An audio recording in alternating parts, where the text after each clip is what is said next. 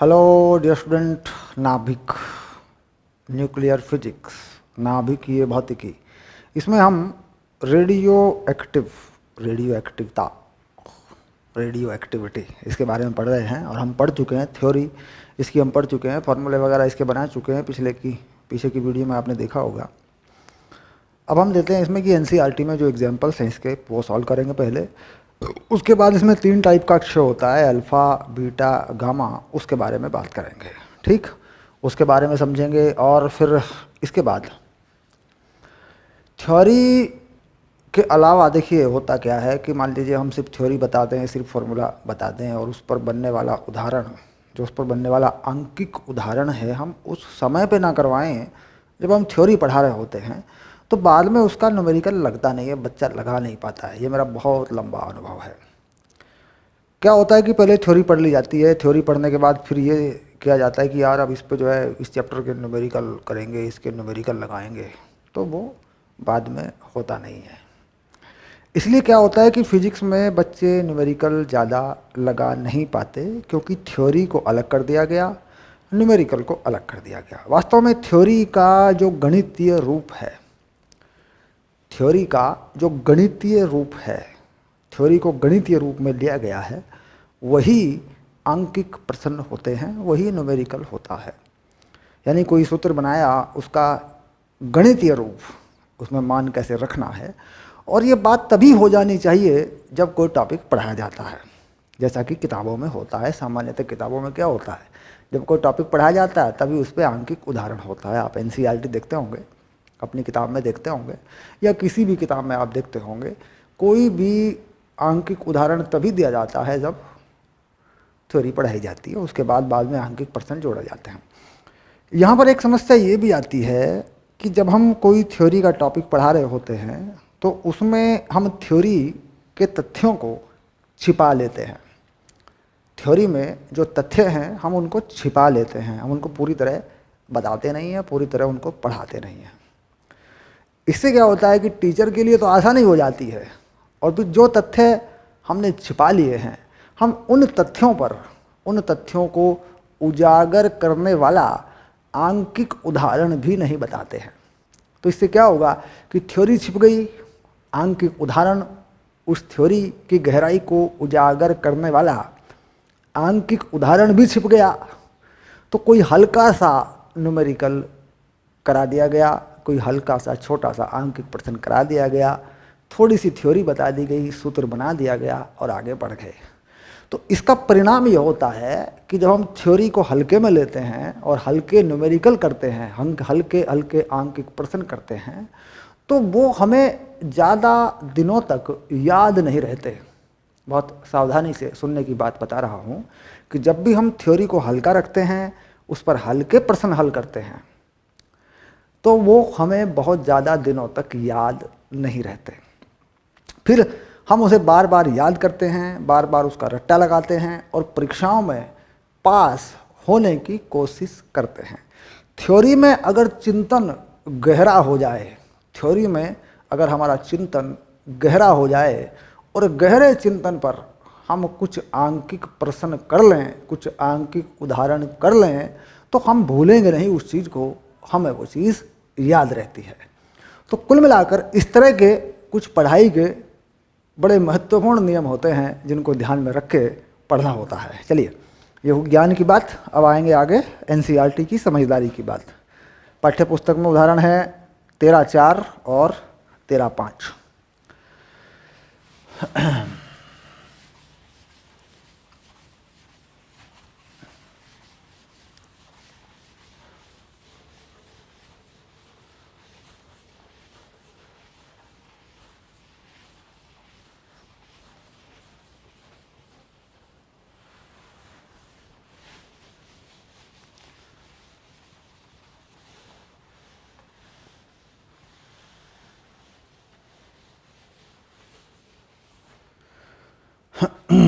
चलिए शुरू करते हैं। अब काम की बात करते हैं सर, काम की बात। चलिए देखिए, उदाहरण 13.4 जो है, यार लिख देता हूँ, उदाहरण 13 4। ठीक, यह उदाहरण रेडियो एक्टिव तत्व की सक्रियता पर आधारित है। रेडियो एक्टिव तत्व की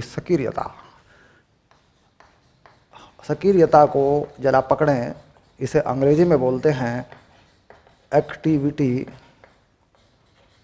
और ये नापी जाती है क्षय प्रति सेकंड। अंग्रेजी में नापी जाती है बच्चों डी के पर सेकंड। इस तरीके से ये नापी जाती है, और यह आर बराबर लैम्डा एन के बराबर होती है, जहाँ पर लैम्डा ये है क्षय नियतांक और एन है नाभिकों की संख्या। नाभिकों की संख्या, यानी ये उदाहरण इस बात पर आधारित है कि कुल मिला के कितने नाभिक हैं इस बात पर, और क्षय नियतांक कितना है। क्षय नियतांक अगर दिया है तो अच्छी बात है, बड़े मज़े की बात है। अगर नहीं दिया है तो यह अर्ध आयु से मिल जाता है। क्षय नियतांक क्या होता है? ये होता है 0.69 बटे अर्ध आयु, T1/2। ये हो गई अर्ध आयु। अगर अर्ध आयु मालूम है तो ये मिल जाता है। ठीक, अब यहाँ जो निकालना पड़ता है, जिस पे लॉजिक लगता है, जहाँ समझदारी की बात होती है, वो होता है ये नाभिकों की संख्या। तो नाभिकों की संख्या, परमाणुओं की संख्या। नाभिकों की संख्या किसके बराबर होती है बच्चों? परमाणुओं की संख्या, क्योंकि एक परमाणु में एक नाभिक होता है। ये देखिए, ठीक, परमाणुओं की संख्या ज्ञात हो या ये पता हो कि किस पदार्थ की कितनी मात्रा है, वह ग्राम में कितना है, वह किलोग्राम में कितना है, वह ग्राम में या मिलीग्राम में कितना है। अब यहाँ इस्तेमाल करते हैं इसे जानने के लिए मोल संख्या का।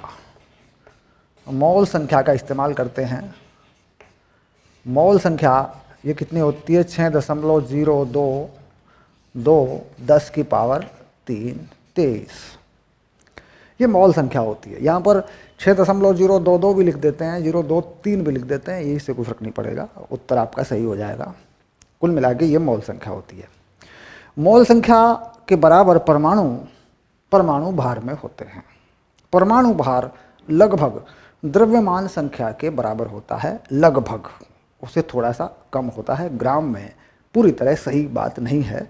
द्रव्यमान संख्या और परमाणु भार बिल्कुल अलग अलग चीज़ें हैं, लेकिन ये मान में लगभग बराबर ही होते हैं।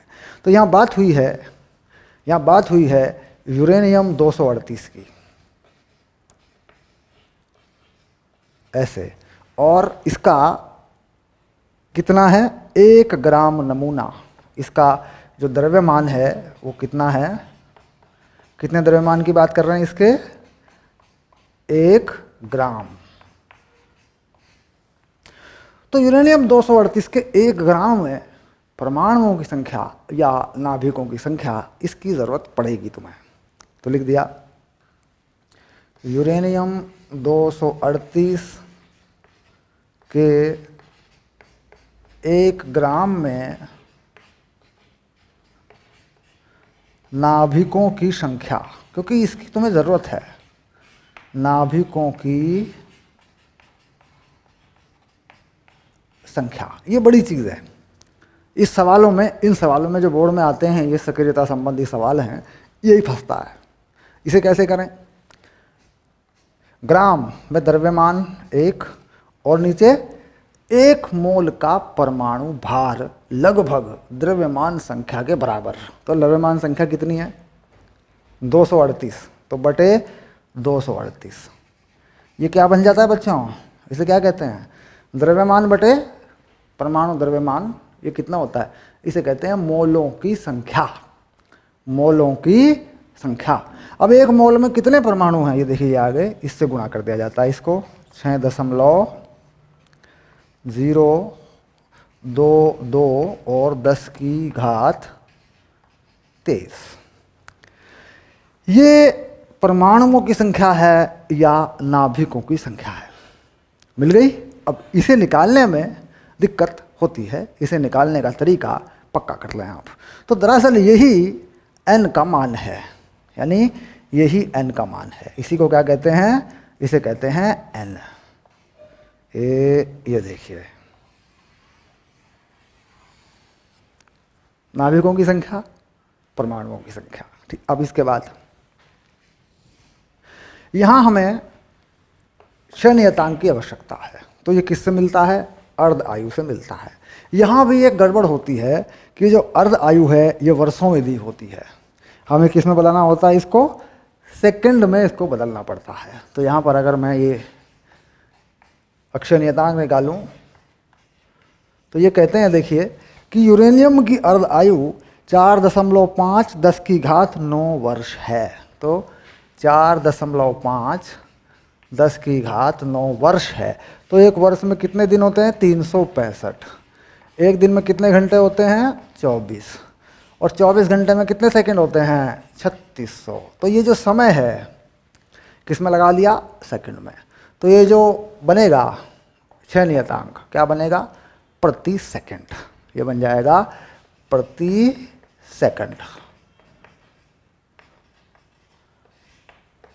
ये आ गया, देखिए। अब ये मान ये वाला और ये वाला यहां इसमें रखना होता है। ठीक, तो जान रहे हैं कितनी बड़ी गणना होगी, देखिए ये।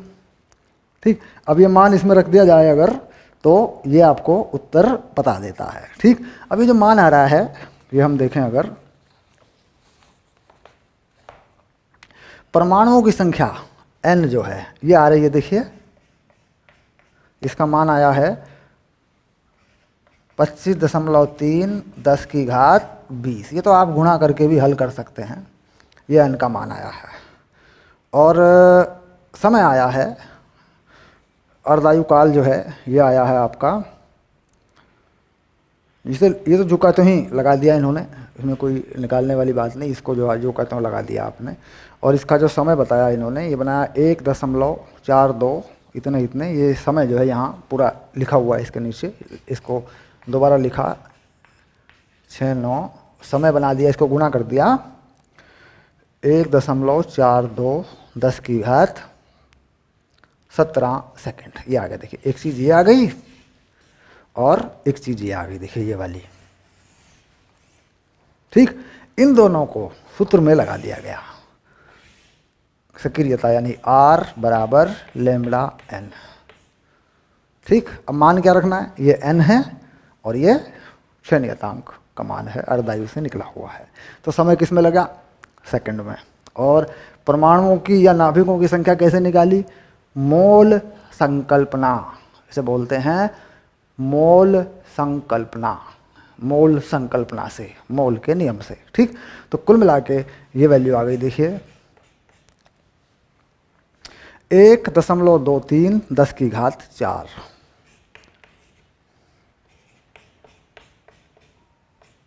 ये गए प्रति सेकंड। क्या बोलते हैं इसको? प्रति सेकंड। ये है क्या? ये है 6 प्रति सेकंड, DK पर सेकंड। अब इस चीज को बेक्यूरल में लिख देते हैं। 6 प्रति सेकंड को क्या लिख देते हैं? बेक्यूरल। बेक्यूरल क्यों दिया? क्योंकि रेडियो एक्टिविटी की खोज करने वाले वैज्ञानिक का नाम हेनरी बेक्यूरल है, तो इसको बेक्यूरल में भी लिख देते हैं। एक बेक्यूरल कितना हुआ? यहाँ से ये बात भी समझ में आ जाएगी। 6 प्रति सेकंड, ये एक बेक्यूरल है। ठीक, एक और होता है इसका, एक हेनरी में भी होता है इसका। एक हेनरी में कितने बेक्यूरल होते हैं वो भी है, वो भी बदल लेते हैं, आप लगा लेंगे उसको भी, कहीं कोई खास बात नहीं है। कुल मिलाकर ये तुम्हारा उत्तर आ गया। और जो समस्या थी वो थी, एक तो ये समय वर्षों में होता है या दिनों में होता है या घंटों में होता है, इसको सेकंड में बदलना पड़ता है। एक कितने ग्राम पदार्थ का नमूना है, कितने ग्राम है कोई पदार्थ, उसमें नाभिकों की संख्या कितनी होगी ये निकालना पड़ता है। ठीक, और बोर्ड एग्ज़ाम के लिए ये एग्जाम्पल मोस्ट इम्पॉर्टेंट है, बहुत ही बढ़िया एग्जाम्पल है। बोर्ड एग्ज़ाम में ये मान के चलो ये ऐसा सवाल या ये सवाल बिल्कुल आया पड़ा है, बिल्कुल हलवा, बिल्कुल हलवा आया पड़ा है, बिल्कुल पक्का कर दो इसको, डन कर दो, बिल्कुल ओके कर दो इसको। ठीक, चलिए अगला सवाल लेंगे। ये था 13/4। ठीक,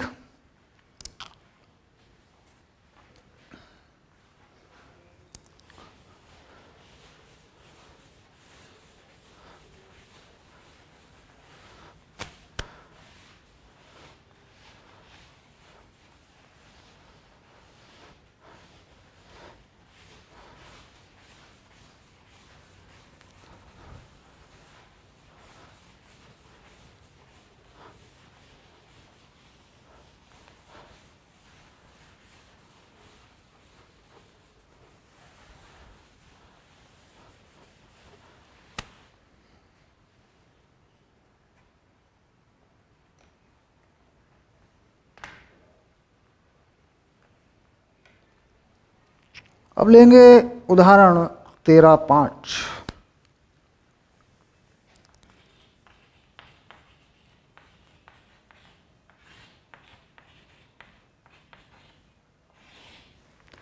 ठीक, क्या कहता है, बीटाशय द्वारा ट्राइटियम की अर्ध आयु 12.5 वर्ष है। तो अर्ध आयु बताई है, देखिए अर्ध आयु बताई है 12.5 वर्ष।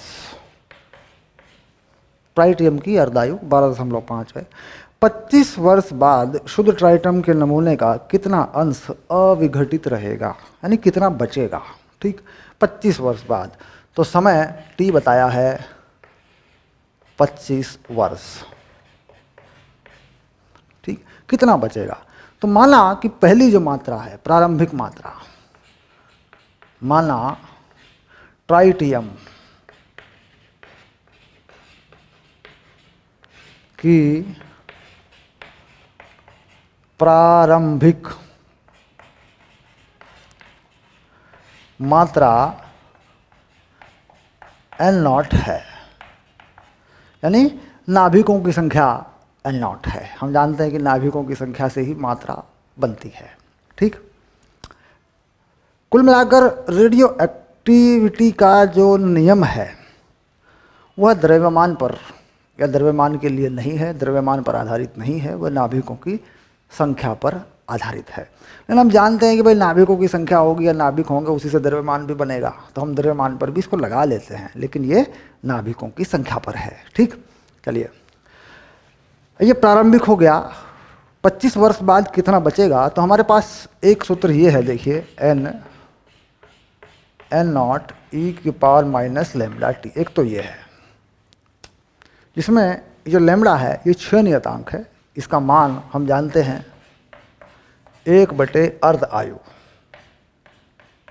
ये इसका मान है। 1/अर्ध आयु नहीं, 0.69 बटे, है ना। 1/अर्ध आयु तो वो होता है तुम्हारा औसत जो होता है, औसत आयु, इसे कहते हैं ln या log 2, ऐसे लिख देते हैं इसको। इसका मान होता है 0.69, ये आप जानते हैं।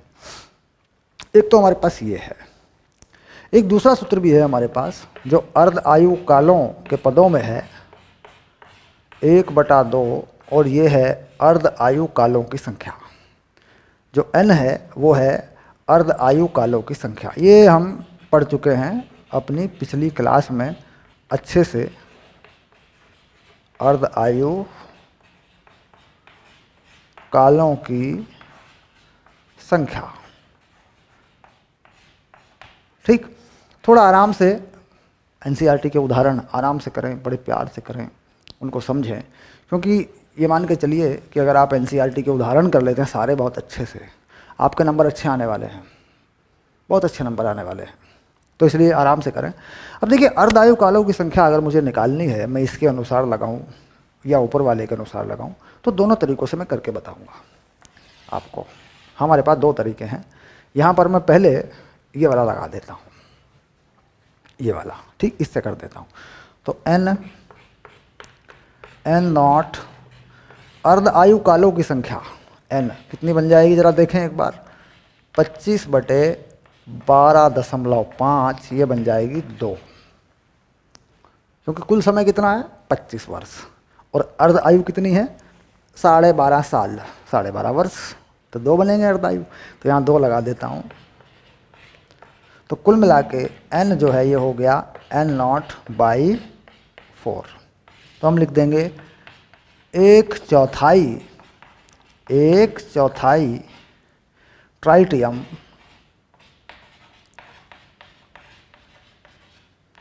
शेष बचेगा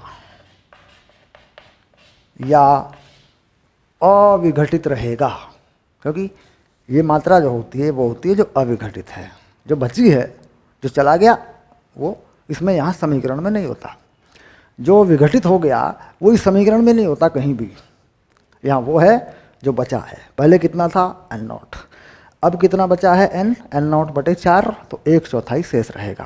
तो कितना विघटित हो जाएगा, तो 3/4, 3/4 विघटित हो जाएगा। लेकिन प्रश्न में पूछा है कि कितना अविघटित रहेगा, तो ये शेष बचेगा। कुछ प्रश्नों में ये भी पूछ लिया जाता है कि कितना विघटित हुआ, कितना विघटित हुआ। तो विघटित के लिए क्या करते हैं, ये तो अविघटित है, विघटित के लिए क्या करते हैं, घटा के दे देते हैं वैल्यू, यानी प्रारंभिक वैल्यू कितनी है n0, अब कितनी है n0/4। तो विघटित ट्राइटियम, अगर वो भी पूछे किसी सवाल में, क्योंकि बच्चों को कई बार सवालों में उलझा दिया जाता है, विघटित ट्राइटियम की मात्रा, ठीक, ये कितनी हो जाएगी, ये हो जाएगी n0 माइनस n0/4, 3n0/4। ठीक, अब अगर इसको प्रतिशतता में पूछे, ध्यान रहे अपने कॉन्सेप्ट को क्लियर करेंगे, ठीक, कितना प्रतिशत अविघटित है, कितना प्रतिशत विघटित है। तो देखिए n0/4 बचा है, तो कितना परसेंट अविघटित है, तो अविघटित तो बता दोगे तुम, इसमें कौन सी बड़ी बात है।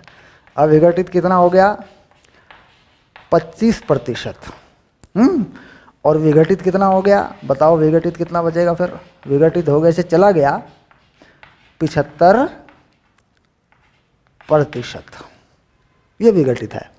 तो यानी कि खतरा, सवाल पूछने में खतरा पैदा होता है कि भाई ये जो मात्रा है ये अविघटित है, इसे प्रारंभिक मात्रा में से घटाएं, विघटित है, इसको प्रतिशतता में बदल दें, तो प्रतिशत विघटित 100 में से घटा दें, क्योंकि टोटल प्रतिशतता 100 होती है।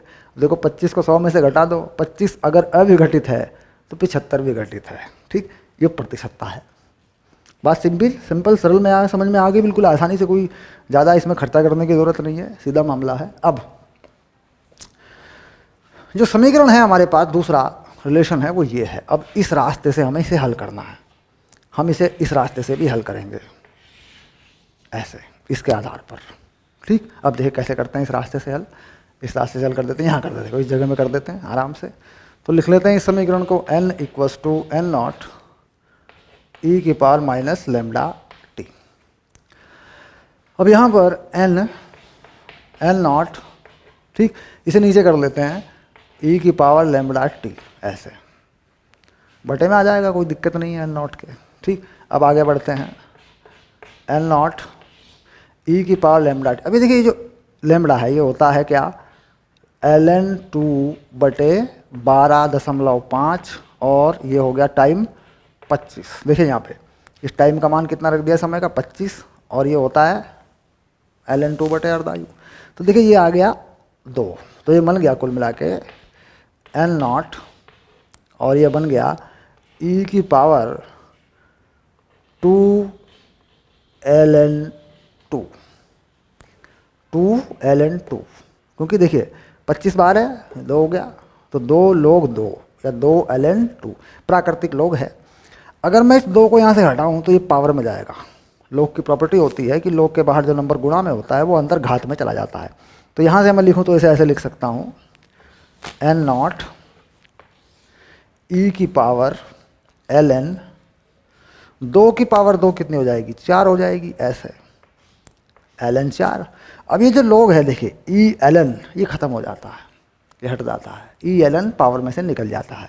तो कुल मिला के ये जो मान आता है ये आता है एन नॉट बटे 4, ऐसे ऐसे आता है ये ई एल एन 4। हम ये मतलब देखो ई एल एन एक्स, तो ये एक्स ही होगा।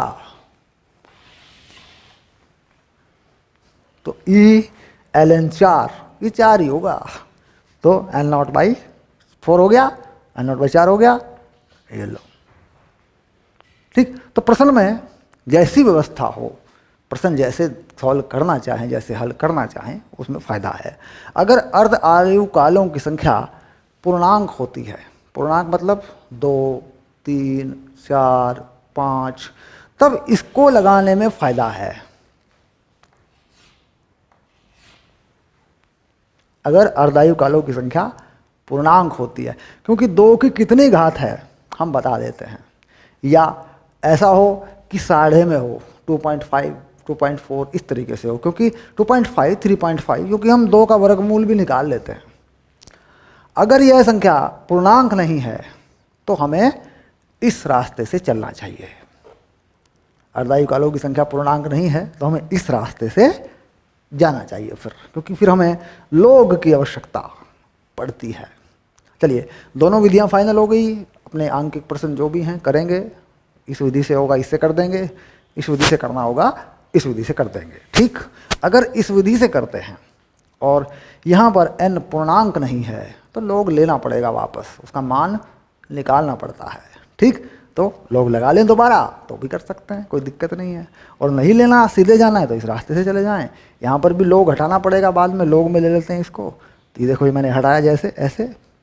ठीक, ये भी कर सकते हैं। चलिए, आगे जो प्रश्न आएंगे उसमें अच्छे से ये तय हो जाएगा कि भाई कहाँ इससे काम चल रहा है और कहाँ इससे काम चल रहा है।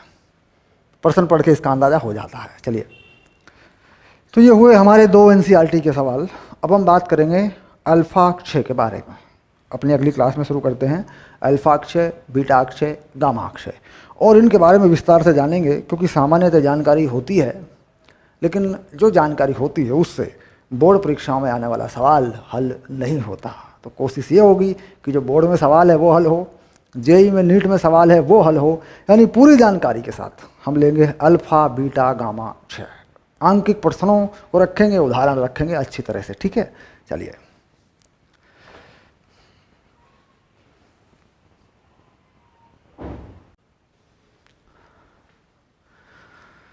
हेलो प्यारे बच्चों, आ गए अपनी अगली क्लास में, और हम ले रहे हैं अगला topic alpha Akshay, alpha decay. और ये मैंने पिछली क्लास में आपको कुछ एनसीईआरटी के उदाहरण करवाए थे, बड़े इंपॉर्टेंट उदाहरण है। मैंने बताया था ये है 13-5 और 13-4, 2 उदाहरण थे हमारे पास, बहुत इंपॉर्टेंट है बोर्ड एग्जाम के लिए। दोनों उदाहरण पक्के कर लेना आपने, है ना, इनको हल कर लेना अच्छे से। चलिए, अब आते हैं अल्फा अक्षय के बारे में समझते हैं। अब यहाँ पर क्या है कि अल्फा अक्षय क्या होता है, ये सवाल कम बनता है। अल्फा अक्षय पर आधारित प्रश्न बनता है, आंकिक प्रश्न बनता है एक, वो मैं करके बताऊंगा। एनसीईआरटी में हमारे पास क्वेश्चन कई सारे हैं और उदाहरण भी है। ज़्यादातर बात हमारी उदाहरण से ही बन जाती है, ज़्यादातर काम हमारा एनसीईआरटी के उदाहरण में ही ख़त्म हो जाता है। बोर्ड एग्ज़ाम की तैयारी में अगर हम अपने उदाहरण भी बहुत अच्छे से बना लें तो ये मान के चलिए कि हमारे नंबर 80% से ज़्यादा आ जाते हैं। एनसीईआरटी का डेरिवेशन बना लें, परिभाषाएं बना लें और उसके उदाहरण बना लें तो 80% नंबर बड़े आराम से आ जाते हैं। यानी 70 में से 50, 55, 56, 57, 58, 50 से ऊपर नंबर आते हैं। तो इसलिए उदाहरणों का बड़ा महत्व है। अपने उदाहरण हल कर लें सारे।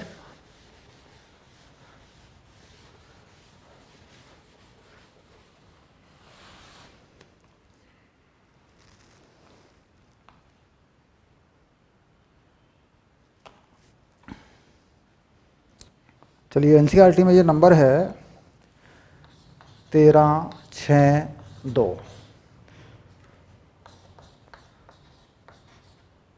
अल्फा अक्षय, अल्फा डीके, और जो प्रसिद्ध बहुत ही प्रसिद्ध अल्फा डीके का एक समीकरण है, वो लिखेंगे यूरेनियम का नाभिक जब उत्सर्जित होता है और इससे कण निकलता है तो ये जो कण है ये बनाता है थोरियम और एक हीलियम का नाभिक। ये जो हीलियम का नाभिक है इसी को कहते हैं अल्फ़ा, और यहाँ मिलती है एक वैल्यू अभिक्रिया में जो ऊर्जा प्राप्त होती है उसे कहते हैं अभिक्रिया की क्यू वैल्यू। तो अल्फ़ा कण का ये या अल्फ़ा डी के अल्फ़ा अक्षय का ये बड़ा प्रसिद्ध समीकरण है। अब अल्फ़ा अक्षय में क्या हम इसकी परिभाषा में क्या लिखते हैं, ये लिखते हैं रेडियो एक्टिव पदार्थ क्षयित होकर अल्फा कण का उत्सर्जन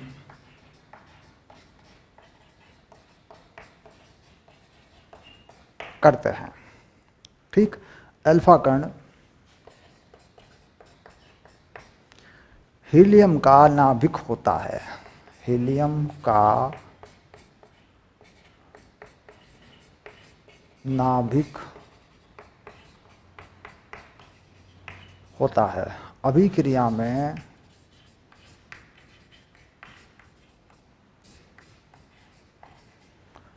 प्राप्त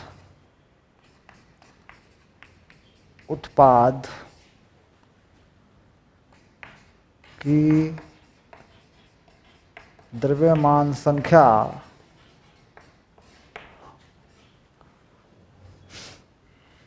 में 4 की एवं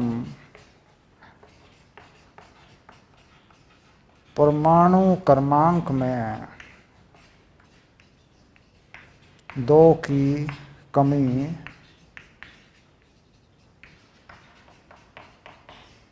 हो जाती है। यानी द्रव्यमान संख्या कितनी घट जाती है? 4 और परमाणु क्रमांक 2 अंकों से घट जाता है। ठीक,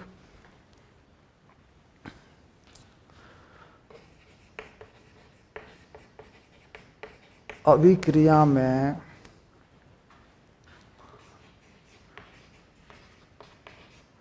उत्पन्न या उत्सर्जित ऊर्जा उत्पादों की गतिज ऊर्जा के रूप में होती है, जिसे क्यू मान कहते हैं। अभिक्रिया का क्यू मान वह ऊर्जा है जो उत्पादों की गतिज ऊर्जा के रूप में निकलती है, यानी ऊर्जा लेकर निकलते हैं, इनमें जो गतिज ऊर्जा होती है उसके हिसाब से, है ना। अब यह ऊर्जा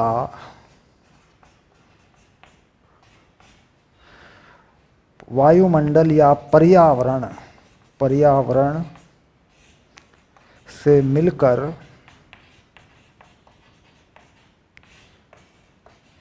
ऊष्मा में बदल जाती है।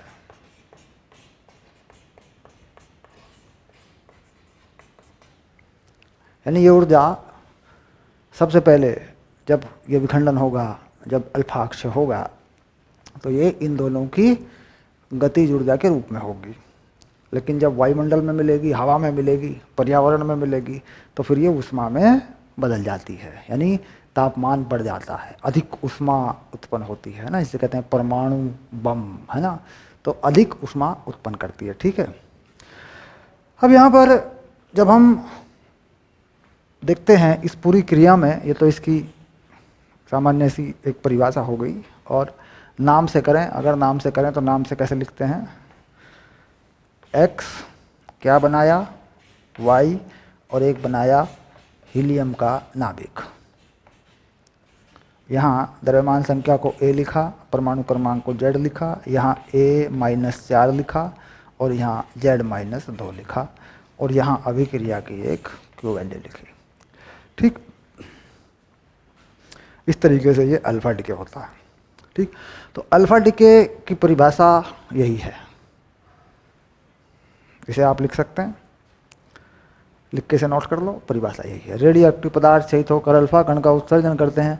अल्फा कण हीलियम का नाभिक होता है। अभिक्रिया में प्राप्त उत्पाद की द्रव्यमान संख्या 4 तथा परमाणु संख्या 2 कम हो जाती है। अभिक्रिया में उत्पन्न या उत्सर्जित ऊर्जा उत्पादों की गतिज ऊर्जा के रूप में होती है, जिसे Q मान कहते हैं। यह ऊर्जा पर्यावरण से मिलकर ऊष्मा में बदल जाती है। ये सिंपल सा मामला है, बिल्कुल ठीक। अब यहाँ पर बात आती है कि जो प्राप्त नाभिक हैं, ये हम कहते हैं भाई ये हीलियम का नाभिक है, इसका मतलब ये आयन है। इस पर 2 पॉजिटिव चार्ज है जो हम नहीं दिखाते, सामान्यतः हम यहाँ पर ये नहीं दिखाया जाता। वास्तव में ये हीलियम का नाभिक है।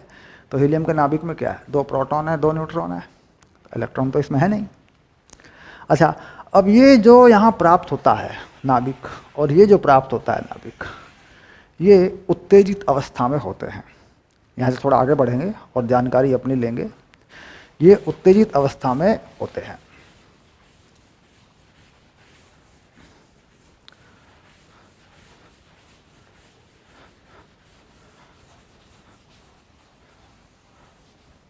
तो यहाँ जो अवस्था है वह कैसी अवस्था है, देखो मैं लिखता हूँ, यहाँ पे है इन दोनों की उत्तेजित अवस्था।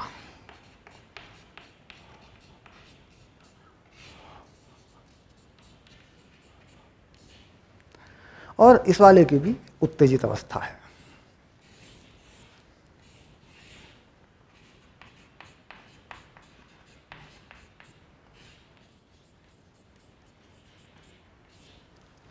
ठीक, अब इसमें आगे और डीके हो सकते हैं, इसमें आगे और डीके हो सकते हैं और अक्षय हो सकते हैं। यानी इसमें 2 तरह का अक्षय हो सकता है, एक होता है बीटा अक्षय और इसमें एक होता है गामा अक्षय। गामा अक्षय यानी विकिरण निकलेगा, गामा अक्षय यानी विकिरण निकलेगा, विकिरण हम जानते ही हैं। ठीक, और बीटा अक्षय यानी बीटा अक्षय एक टाइप का अक्षय, आगे पढ़ेंगे इसको अक्षय को भी हम, बीटा पॉजिटिव बीटा नेगेटिव।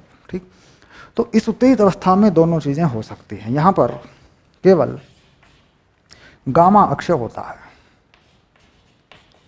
क्योंकि यह नाभिक हीलियम का जो नाभिक ये ऐसी स्थिति में नहीं होता कि ये बीटा अक्षय करेगा। ठीक, ये क्या करेगा, गामा अक्षय करेगा। ठीक, उसके बाद बीटा अक्षय हो जाने के बाद या विकिरण निकल जाने के बाद दोनों बातें, या तो इस रास्ते से जाएगा या इस रास्ते से जाएगा। ठीक, अगर इस रास्ते से जाएगा तो यहाँ पर इसे सामान्य अवस्था प्राप्त होगी।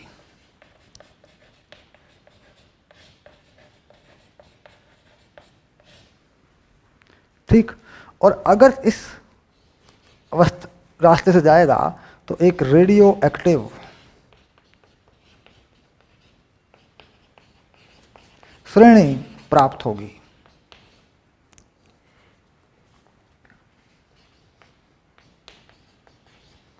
यानी alpha beta alpha beta alpha beta एक श्रेणी प्राप्त होंगी। और अगर इसमें से विकिरण प्राप्त हो जाता है तो थोरियम ही प्राप्त होगा, थोरियम ही रहेगा। यानी यहाँ पर थोरियम की सामान्य अवस्था, वह नाभिक उत्तेजित अवस्था में है तो विकिरण बाहर फेंक देगा और सामान्य अवस्था में आ जाएगा। एक रास्ता ये है। दूसरा रास्ता ये है कि यह बीटा अक्षय करेगा और रेडियो एक्टिव सीरीज में जाएगा। तो हम जानते हैं कि थोरियम भी एक रेडियो एक्टिव पदार्थ है, थोरियम भी एक रेडियो एक्टिव पदार्थ है। ठीक, तो ये जो गामा अक्षय है, ये जो विकिरण प्राप्त होता है, यह विकिरण प्राप्त होने के बाद भी यह और रेडियो एक्टिव श्रेणी को उत्पन्न करता है। यानी ये भी फिर बाद में रेडियो एक्टिव श्रेणी की तरफ बढ़ता है। यानी गामा निकले, नाभिक कुछ स्थायी अवस्था पे आए, फिर और उसमें से अल्फा बीटा गामा निकले। एक सीधा अल्फा बीटा गामा निकले। ठीक, अल्फा के बाद बीटा निकले, फिर गामा, फिर बीटा, इस तरीके से चलता रहे। तो कुल मिला के यहाँ से उत्तेजित अवस्था से इसके दो रास्ते साफ साफ दिखाई देते हैं, जो एक रेडियो एक्टिव श्रेणी के रूप में हो सकते हैं या इसके तुरंत बाद हमें इसकी एक सामान्य अवस्था प्राप्त हो सकती है। ठीक, उसके बाद ये फिर से, क्योंकि ये रेडियो एक्टिव तत्व है, ये रहेगा नहीं, ये फिर से शुरू हो जाएगा। ठीक, अब यहाँ इसमें गामा अक्षय होना, क्योंकि हीलियम का ये नाभिक उत्तेजित अवस्था में है, अभी अभी अभिक्रिया से निकला है, तो ये उत्तेजित अवस्था में है। तो क्या करेगा, गामा यानी विकिरण को उत्सर्जित करेगा और सामान्य अवस्था में आ जाएगा। तो यानी इसको सामान्य अवस्था प्राप्त हो जाती है। सामान्य अवस्था को बोल देते हैं कई बार ग्राउंड स्टेट या स्टेबल स्टेट। तो ये जानकारी हमने ली, सामान्य जानकारी, क्योंकि इसका गणनाओं से कोई मतलब नहीं है, ये सिर्फ समझने की बात है। चलिए अब देखते हैं कि जो ऊर्जा है वह किस प्रकार निकली और किस प्रकार बंटी, ये हम देखते हैं।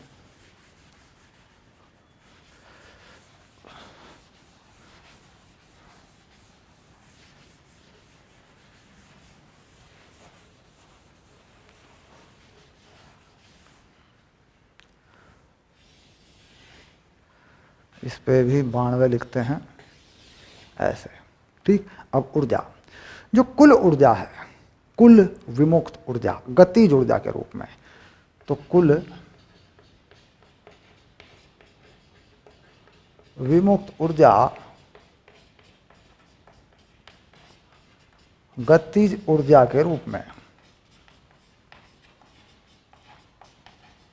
ठीक, वह किस किस की है, 1/2 m थोरियम v थोरियम का स्क्वायर और 1/2 m हीलियम और v हीलियम का स्क्वायर, और ये वैल्यू है Q।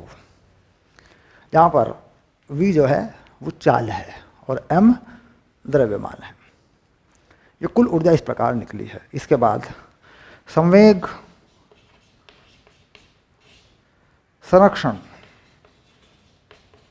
से, अगर इसको संवेग संरक्षण से देखें तो m थोरियम v थोरियम बराबर m हीलियम और v हीलियम।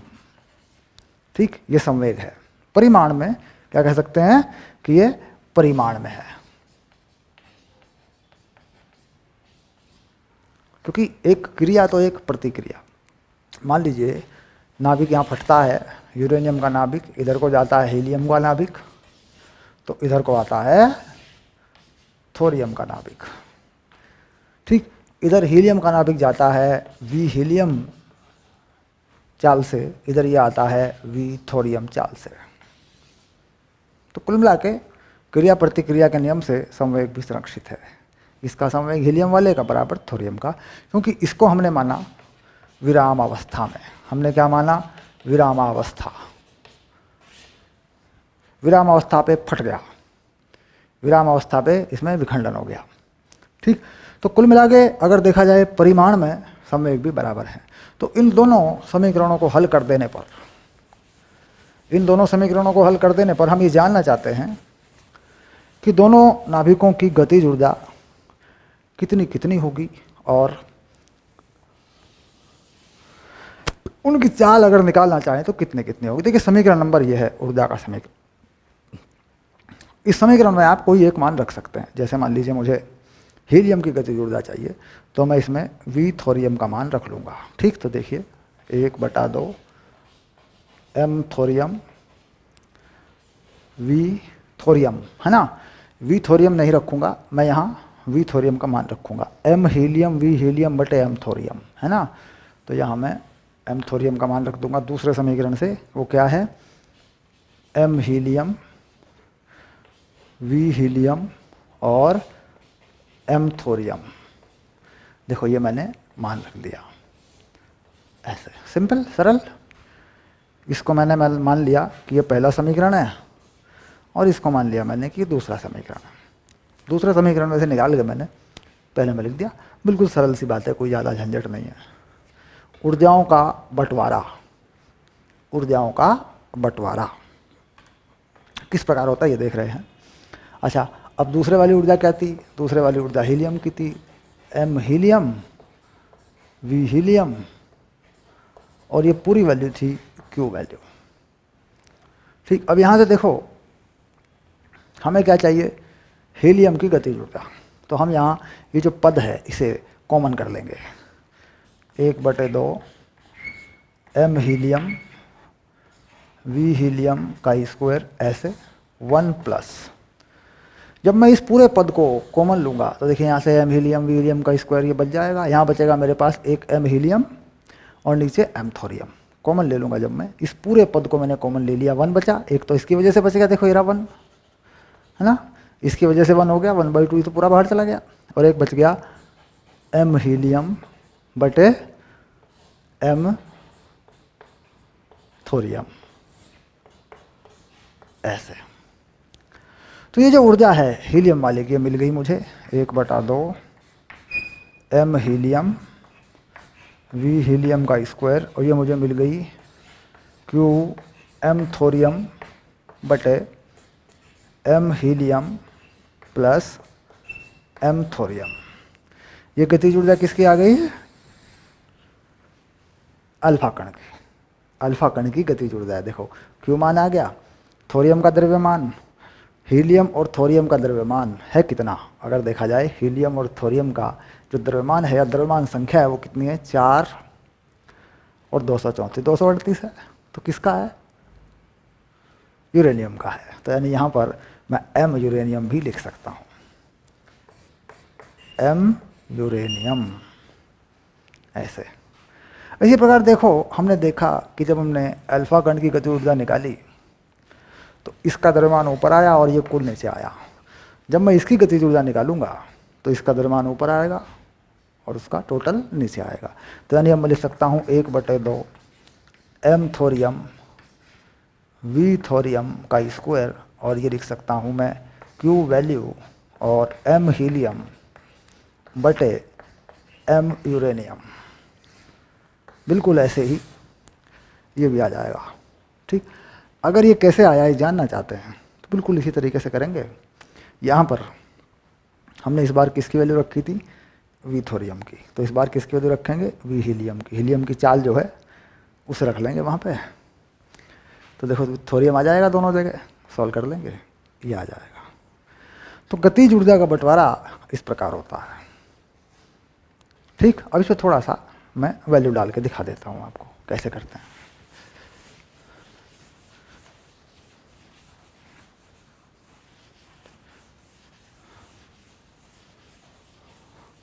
अब मान लीजिए ये ऊर्जा यहाँ पे लिखी मैंने, ये ऊर्जा मैं लिखता हूँ 100, मैंने इसको 100 लिख दिया उदाहरण के लिए। तो बताइए अल्फा कण में कितने जूल होगी? 100 जूल मान लिया मैंने इसे उदाहरण के लिए। हालांकि 100 जूल नहीं होती है, ये MeV में होती है, मेगा इलेक्ट्रॉन वोल्ट में होती है ऊर्जा। तो मैंने उदाहरण के लिए मान लिया ऐसे ही। ठीक, अब अगर मान लीजिए मैं इसे बांट दूं तो क्या होगा? अल्फा कण की गतिज ऊर्जा, ठीक, इसे क्या बोलते हैं? के अल्फा। अल्फा कण की गतिज ऊर्जा को क्या लिख दिया मैंने? के अल्फा। के मतलब काइनेटिक एनर्जी किसकी? अल्फा कण की। तो कुल ऊर्जा कितनी है? 100। और इसका द्रव्यमान लगेगा कितना है? 234। ये लगा हुआ देखो, टोटल क्यू m थोरियम, और टोटल द्रव्यमान कितना है दोनों का मिला के? वो ये है 238। ये आ गई, मिल गई। ये हो गया, जूल में लिया तो ये जूल में आ गया। ये लो, अब थोरियम की गतिज ऊर्जा, ठीक, तो कितनी? के थोरियम, तो 100। अब इसका द्रव्यमान लगेगा, यानी इसकी गतिज ऊर्जा के साथ ऊपर इसका द्रव्यमान लगता है। देखो ऊपर नीचे कुल द्रव्यमान लगता है, और यहाँ Q का मान लगता है, Q वैल्यू। समझ रहे होंगे बात को? यहाँ से देख के अंदाजा लगाया जा सकता है, बिल्कुल आसानी से कर सकते हैं। तो कुल ऊर्जा कितनी? 100। अब इसका द्रव्यमान कितना? 4, और दोनों का कुल द्रव्यमान कितना? 238। ये लो, सिंपल। ऊर्जाओं का बंटवारा क्लियर हुआ। संवेग संरक्षण और ऊर्जा संरक्षण के नियम से ऊर्जाओं का बंटवारा हो जाता है, ऊर्जाओं का वितरण हो जाता है। ठीक, कैसे करना है शाब्दिक किया, मैंने उदाहरण लेके बता दिया। बाकी आगे प्रश्न आएंगे, हम सॉल्व करेंगे। तो ये थी अल्फा डीके की बात।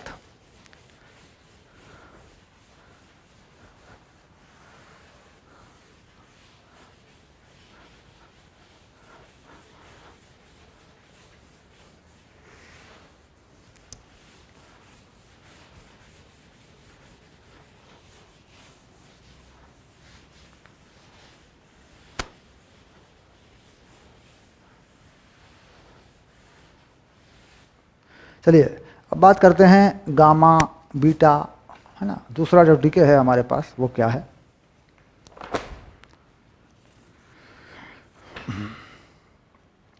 अल्फा डीके पर एक उदाहरण है 13/6, इसमें ऊर्जाओं की जानकारी आएगी हमारे पास।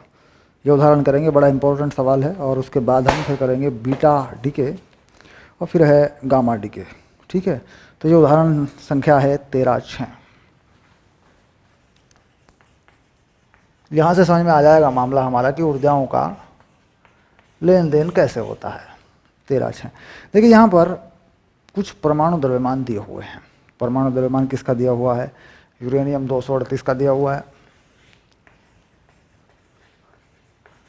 और ये दिया हुआ है 238.0579 यूनिट में।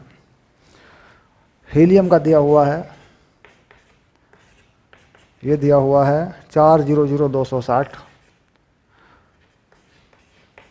ये दिया हुआ है। और जो बन रहा है थोरियम, उसका भी दिया हुआ है, थोरियम 234 और ये 90, इसका दिया हुआ है 234.04363, 234.04363, ये यूनिट में, ये यूनिट है। और एक प्रोटॉन की बात की है 1H1, इसका भी दिया हुआ है 1.00783 यूनिट। ठीक, एक तत्व और दिया है Pa, जिसका नाम बता रहे हैं प्रोटोएक्टिनियम, है ना। ये प्रोटोएक्टिनियम जो है ये भी दिया हुआ है, ये है तो 237 और ये 91, और इसका भी द्रव्यमान दे रखा है 237.05121 यूनिट। ये सब चीज़ें दी हुई हैं। ठीक, पहला सवाल, अल्फा अक्षय में उत्सर्जित ऊर्जा का परिकलन कीजिए। अल्फा अक्षय में, ठीक। तो यहाँ पर मुझे कैलकुलेटर की आवश्यकता पड़ेगी, तो कैलकुलेटर के लिए मैं मोबाइल ले लेता हूँ। ज़रूरत पड़ेगी तो मैं मोबाइल के कैलकुलेटर का इस्तेमाल कर दूँगा। ठीक, ओके।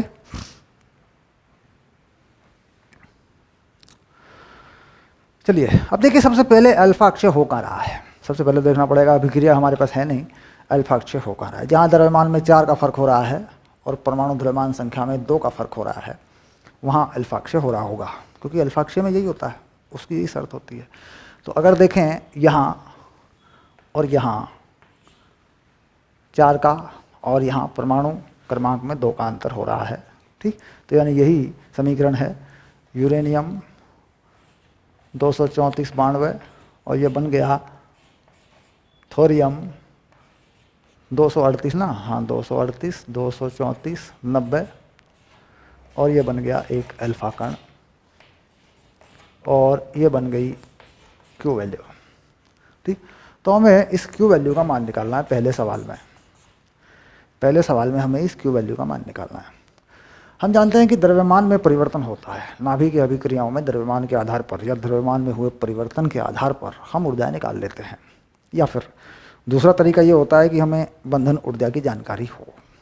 तो हमारे पास चूँकि द्रव्यमान दिए हुए हैं, बंधन ऊर्जा नहीं दी हुई है। अगर बंधन ऊर्जा दी हुई होती तो भी हम घटा देते उत्पादों को, क्रियाकारकों को, है ना, और या द्रव्यमान से निकालते हैं। तो देखिए यहाँ पे अगर द्रव्यमान में कोई कमी आती है, मान लीजिए यहाँ कुछ द्रव्यमान है और यहाँ उत्पादों में कुछ द्रव्यमान है, अगर उनमें कोई अंतर है तो इसका मतलब है कि वह ऊर्जा जो हमें प्राप्त हुई है कहाँ से आई है, द्रव्यमान के अंतर से आई है। अभिक्रियाओं में द्रव्यमान बदला तो ऊर्जा मिल गई। अब अगर हम चाहते हैं कि इस अभिक्रिया में ऊर्जा रिलीज हो रही है, ऊर्जा इसमें निकल रही है या इसमें अवशोषित हो रही है, तो पता लगेगा हमें कैसे, इधर का द्रव्यमान इधर के द्रव्यमान से अधिक होना चाहिए। ठीक, तो Q धनात्मक यदि M क्रियाकारक बड़ा है M उत्पाद, क्रियाकारकों का द्रव्यमान या क्रियाकारक का द्रव्यमान अगर उत्पादों के द्रव्यमान से अधिक है तो इसका मतलब द्रव्यमान ऊर्जा में बदला है। भाई द्रव्यमान गया कहाँ, ऊर्जा में बदला होगा। द्रव्यमान ऊर्जा की तुल्यता का हमारे पास समीकरण है, जिसे हम कहते हैं E = Δmc²। इसके अनुसार ये बदला होगा ऊर्जा में। अब यहाँ में देखना है कि द्रव्यमान असल में बदला कितना, ये बात तो स्पष्ट हुई। और हम ये भी जानते हैं कि एक यूनिट द्रव्यमान से 931.5 मिलियन इलेक्ट्रॉन वोल्ट ऊर्जा प्राप्त होती है। हम ये भी जानते हैं एक यूनिट से। तो जितने यूनिट द्रव्यमान गायब होगा, जितने यूनिट द्रव्यमान में फर्क होगा, अंतर होगा, डिफरेंस होगा, हम उसे इससे गुणा कर देंगे, क्योंकि एक यूनिट द्रव्यमान से कितनी ऊर्जा प्राप्त होती है, 931.5। ये हम पढ़ चुके हैं बहुत अच्छे से। चलिए, ये जानकारी हो गई, अब इसे हल करते हैं, देखते हैं द्रव्यमान में कितना अंतर है।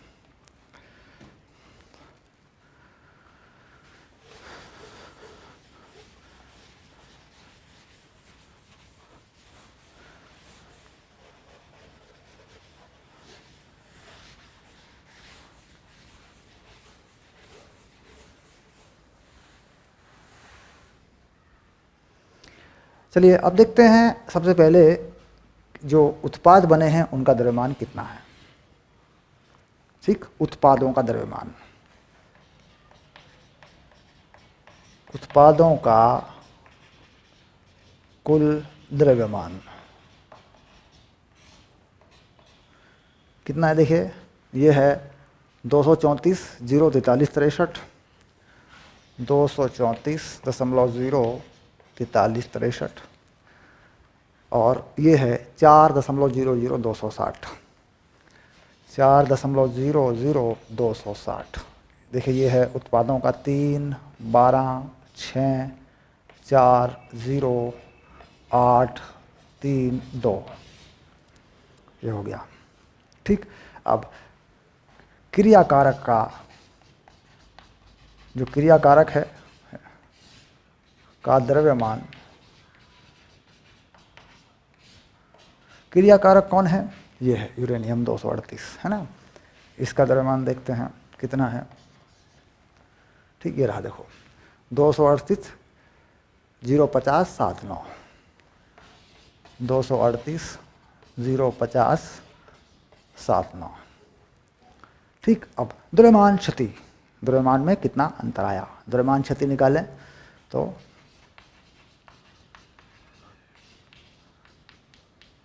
यानी डेल्टा M।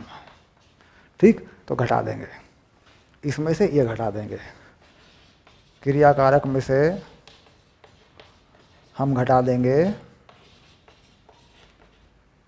उत्पाद।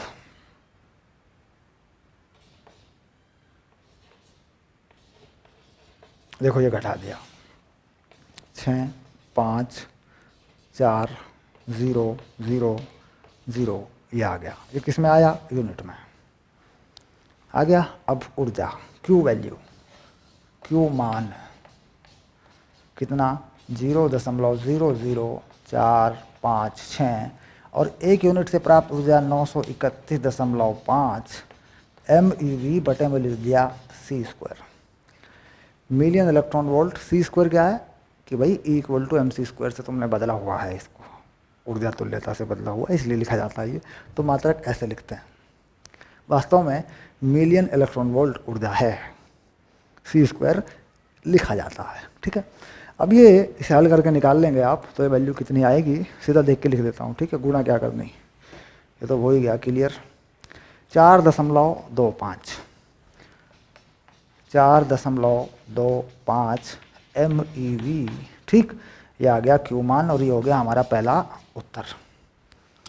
अभिक्रिया में कितनी ऊर्जा मिली। अब यहाँ ये क्यू मान है।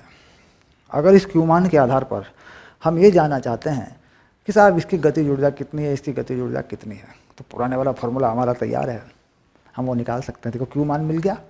अब मैं यहाँ से गतिज ऊर्जा निकालूंगा। देखो गतिज ऊर्जा निकालनी आनी चाहिए पक्का, क्योंकि ये बोर्ड परीक्षा में पूछी जाती है। क्यू मान निकाल लिया, द्रव्यमानों का अंतर निकाला पहले, उसे 931.5 से भाग कर गुणा कर दिया, आ गया। अब क्यू मान, अब गतिज ऊर्जा देखिए He2 की, इसे क्या कह रहे हैं, अल्फा कण गतिज ऊर्जा, ठीक। क्या लिखें, के अल्फा। तो क्यू का मान कितना आया, 425 लिख दिया, ठीक। और इसका द्रव्यमान लगेगा 234, दूसरे वाले का लगता है, अल्फा कण के साथ दूसरे वाले का लगता है पक्का, ये हमने देख लिया था। और कुल द्रव्यमान कितना है दोनों का, यूरेनियम वाला 238, ये आ गई। और ये किस में आई, ये आई MeV में, यहाँ लिख दूंगा छोटा सा MeV। लो अब थोरियम की गतिज ऊर्जा के थोरियम, तो 425 है ना, गुना 4/238। ये 4 क्यों आया, इस वाले की द्रव्यमान संख्या। जब हम थोरियम की गतिज ऊर्जा निकालते हैं तो इसके द्रव्यमान संख्या इस्तेमाल करते हैं, नीचे दोनों का टोटल लेते हैं, ये रहा टोटल 234 और 4 कितने होते हैं, 238। और जब इसकी निकालते तो इसका लगा लेते हैं। तो कुल मिला के अल्फा कण की गतिज ऊर्जा ज़्यादा होती है क्योंकि उसका द्रव्यमान कम होता है। समवेग संरक्षण हुआ, जिसका द्रव्यमान कम होगा उसकी ऊर्जा ज़्यादा होगी, वह तेज चलेगा, ठीक। तो कुल मिला के ये दोनों गतिज ऊर्जाएं भी हमें निकालनी होती हैं।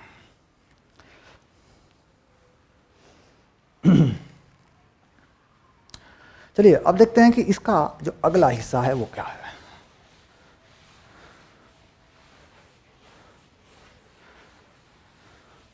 अगले सवाल में क्या पूछता है ये देखते हैं।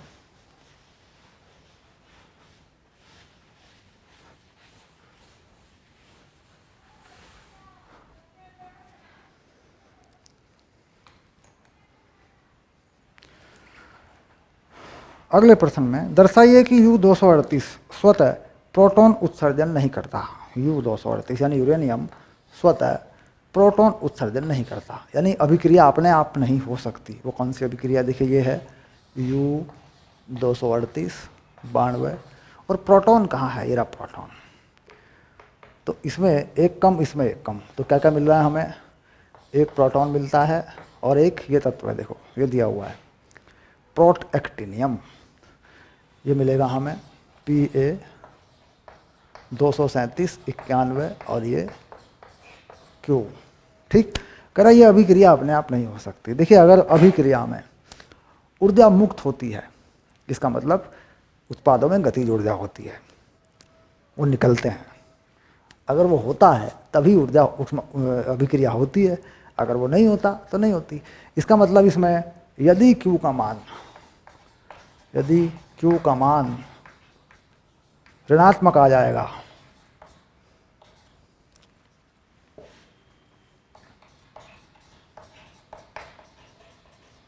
ऋणात्मक होगा तो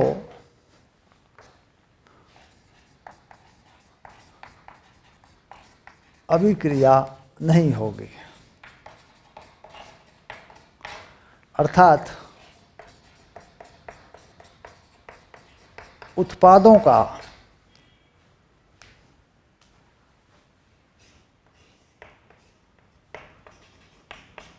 कुल द्रव्यमान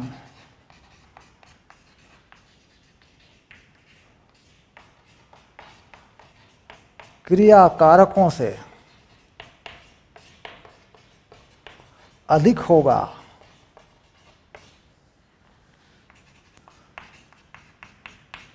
तो अभिक्रिया नहीं होगी। भाई द्रव्यमान अगर ज़्यादा हो गया इधर तो कहाँ से आएगा? सिंपल सी बात है, अगर उत्पादों का द्रव्यमान ज़्यादा हो गया तो कहाँ से आएगा? तो अभिक्रिया कैसे होगी? अगर क्रियाकारक का द्रव्यमान ज़्यादा हो तो इसका मतलब कुछ द्रव्यमान ऊर्जा में बदलेगा, वही है Q का मान। तो अगर उत्पादों का द्रव्यमान ज़्यादा हो रहा है क्रियाकारकों से, अभिक्रिया नहीं होगी, फिर हमें ऊर्जा देनी पड़ेगी इसमें। ऊष्माक्षेपी है ना, ऊष्मा अवशोषी अभिक्रिया, तो ऊष्मा अवशोषी अभिक्रिया हो जाएगी, जो अपने आप तो होगी नहीं। कुल मिला के हमें ये देखना है कि द्रव्यमान ज़्यादा है या नहीं। तो हम क्या करते हैं, उत्पादों का कुल द्रव्यमान, बस यहाँ चेक करना है हमें। अब देखते हैं, ये रहा उत्पाद, एक उत्पाद ही है 237,0512 1, 237,0512 1। और दूसरा उत्पाद क्या है? दूसरा उत्पाद ये रहा 1.00783, 1.00783। अब जोड़ के देखें, 4 8 2 10 9 5 0 238। देखो ये मान ज़्यादा हो गया इससे, यहाँ 5079 है, यहाँ 5904 है। तो इसका मतलब उत्पादों का कुल द्रव्यमान क्रियाकारकों के द्रव्यमान से अधिक है, अभिक्रिया नहीं होगी। अतः M उत्पाद अधिक है M क्रियाकारक।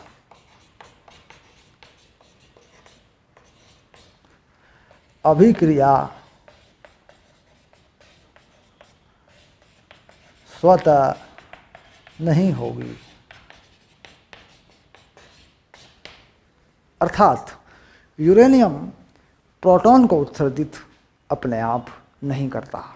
इसका मतलब हो गया कि यूरेनियम एक प्रोटॉन को अपने आप उत्सर्जित नहीं करता।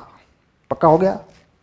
ठीक, क्योंकि इधर का द्रव्यमान ज़्यादा हो गया, ऊर्जा का मान ऋणात्मक आएगा, क्योंकि हम क्या करते हैं ऊर्जा के लिए, ऊर्जा का मान निकालने के लिए द्रव्यमान घटाते हैं। द्रव्यमान तभी घटाते हैं जब ये ज़्यादा हो क्रियाकारक, ये कम हो।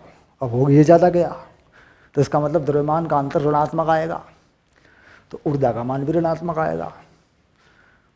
तो ऊर्जा ऊष्माक्षेपी अभिक्रिया के अनुसार नहीं हो रही है, यानी गतिज ऊर्जा निकलेगी नहीं इसमें।